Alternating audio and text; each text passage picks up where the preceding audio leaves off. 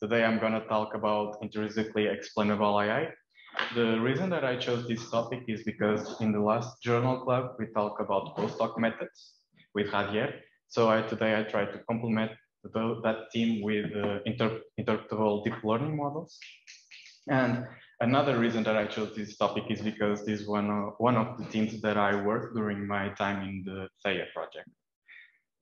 This presentation will be divided in 5 chapters. First one is the introduction, where I'm going to present some basic concepts and also contextualize the problem that we have at hand. Then in the related work, I'm going to talk about some interesting paper that I found in the state of the art. In the third chapter, I'm going to present the limitations of the state of the art and some problems that we can find with ProtoPNet, for example. And then in the fourth chapter, I'm going to talk about how can we overcome those limitations. And finally, in the fifth chapters, I'm going to talk about some important conclusions. But before that, I'm going to start my introduction. So as we all know, not only in the academia, but also in the industry, deep learning models are being increasingly more and more used. But the problem with that is that deep learning models tend to be quite big and sometimes even complex. And this is a problem, for example, in high-stake or high-risk applications, such as automated driving and healthcare applications. And so how can we make our black box deep learning models more transparent and more understanding to us, to humans? That's when explainable AI comes in. And the idea of explainable AI is to try to understand the behavior and the inner workings of our deep learning models using 2 main approaches. The first one is post hoc methods, and the first one is making some architectural choices in our neural network to make it naturally transparent and more interpretable. So in this presentation, I'm going to talk about some methods to make our deep learning models intrinsically explainable. Mainly, I'm going to talk about ProtoPNet because it was the method that I studied during my work in the Theia project. Another important concept that I want to talk about in this introduction is the concept of latent space, because it's more or less an hidden concept, no pun intended. So the idea of latent space is that,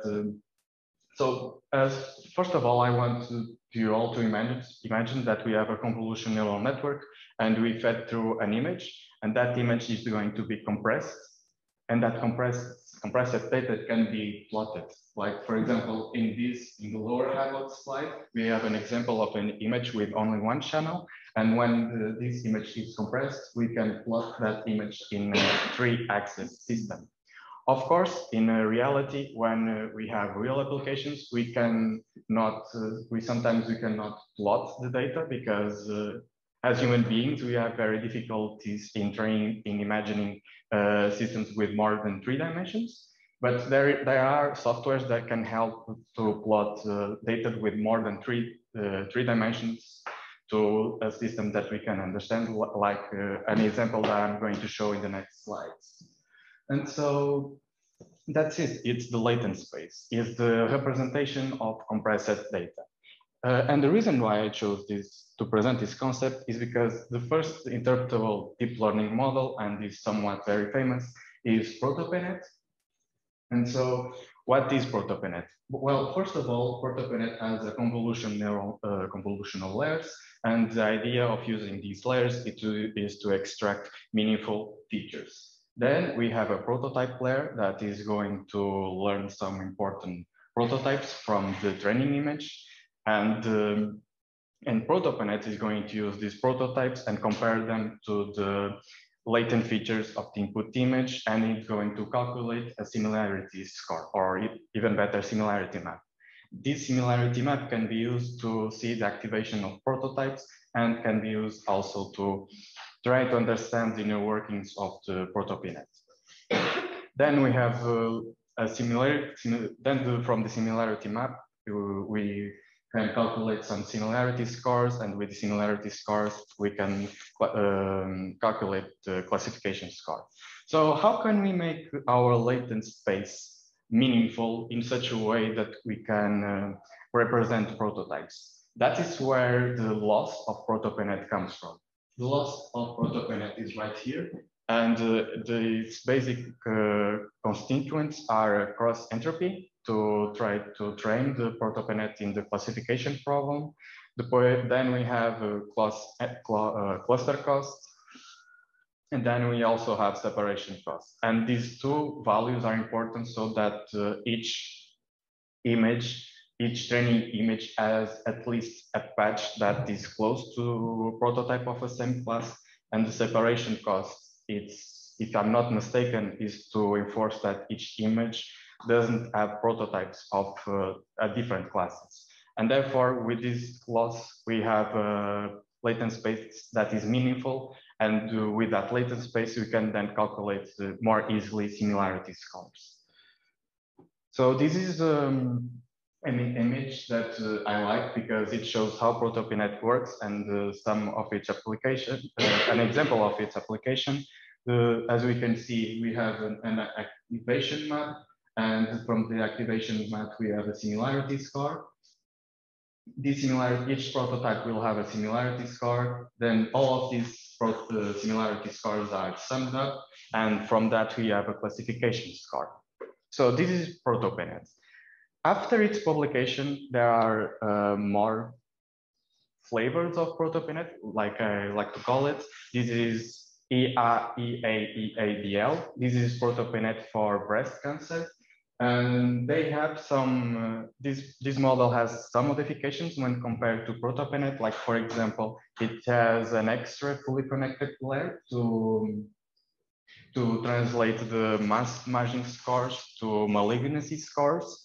And as you can see from the results, this newer model has a better performance than ProtoPNet, a little bit better. And it's another important difference between this model and ProtoPNet is that the dataset was relabeled with fine labels. And this is because so that ProtoPNet does not use co-founding information and focus only in the lesion of the breast cancer. Now, another interesting work is the Formable Prototypes. And here the idea is that instead of having a full prototype, we chop the prototype in smaller pieces. And as we can see, although the illustration is a little bit different, the idea is still more or less the same, with convolutional layers that extract the important features. Then we have a prototype layer that learns our desired prototypes. Then we have a max pooling to calculate the similarity score so that we can calculate the classification scores. And as we can see, the formal ProtoPNet is somewhat better than the ProtoPNet by itself. Now, as we can see, this is an application of the deformable prototypes. As we can see, the test image somewhat is a little bit different, and the prototypes and the reasoning process of the Formable Protopinet is somewhat similar to the Protopinet by itself. The similarity scores are multiplied by the class connection. The class connection comes from the fully connected layer, and all of these weighted similarity scores are summed up so that we have a classification score. Next, we have a Protopi former. This is a little bit different. This is the backbone who is used here is vision transformance. And the idea here is that, well, this is trying to resolve a problem that when we try to use vision transformance with ProtoPNet, like in a first approach, what is normally used is like you discard the class token and you use the image token and you fed the image token to the ProtoPNet. The problem is that when we do this type of application, ProtoPNet will sometimes focus on the background. This is because transformers tend to have a long dependency, while ProtoPNet needs to have a local dependency to extract prototypes. So in this work, the authors tried to use not only the image token, but also the class token. And they use two different branches, the global branch and the local branch. The global branch, receives as input the class token. And the idea here is that the global branch not only learns some prototypes, but also, more importantly, it generates a foreground preserving mask, FP mask for short. And this FP mask is going to be used with the rollout method to try to preserve the foreground. And so the foreground is then passed on in the local branch, and the local branch also learns some prototypes. And those prototypes can be later used to generate our desired explications.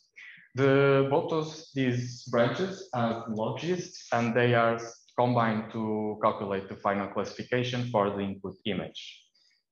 In terms of performance, like ProtoPNet tends to be better than ProtoPNet and even better than the Formable Prototypes, as we can see by these results. Each column is a different transformer that was used as backbone in the experiments that the authors did. Now, this is some interesting results. So as we can see, ProtoPNet is in the last column, and as you can see, the prototypes are even better. The similarity scores tend to be more focused, while in other approaches like ProtoPNet, the similarity scores are more scattered. Now, what are the limitations with latent prototypes? In the literature, we can find that one of the limitations is that ProtoPNet tends to be not very robust when presented with adversarial attacks. Like in this work, the authors, what they did was they take the JPEG, the image, and then they crafted JPEG noise in such a way that they can manipulate the explications given by ProtoPNet, which is like a very troublesome limitation, because if we can manipulate our explications with adversarial attacks, this means that our ProtoPNet is not so robust as we thought. So how can we overcome this limitation? This is where this new approach comes in, where the authors, they propose a different kind of ProtoPNet. And the idea here is that we have an attention model that generates the attention maps that are going to be used by the main model, which is interpretable and feature regularization model. And so the attention models are going to be used to generate a more meaningful latent space. So this is the difference between ProtoPNet and the deep learning model proposed by the authors. As we can see, the new proposed model tends to be even more local, more focal, while ProtoPNet tends to sometimes to pay attention to the background or the similarity scores as scattered in a more general area. And here is this is the plot of the latent space in which I was talking at the beginning. Although we could have some latent space with more than 3 dimensions, here the authors used the T-SNE to plot the latent space of ProtoPNet and the latent space of the model that they proposed. And as we can see by this image, the latent space of the proposed model is more separated and more organized.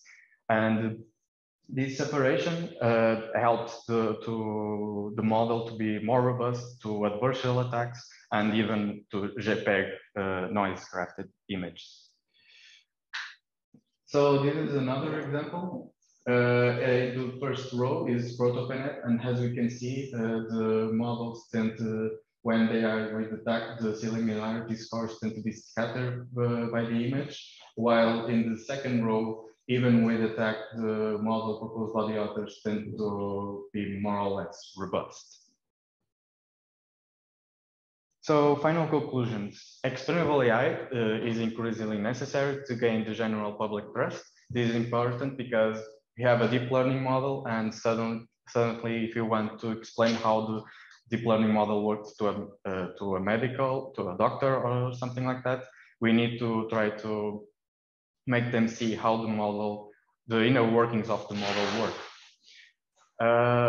However, this type of approach, they tend to be, they are not very robust to adversarial attacks, just like JPEG noise crafted image, but that limitation can be overpassed, sorry, with use of attention maps or making our latent space more meaningful. And that's it. Thank you.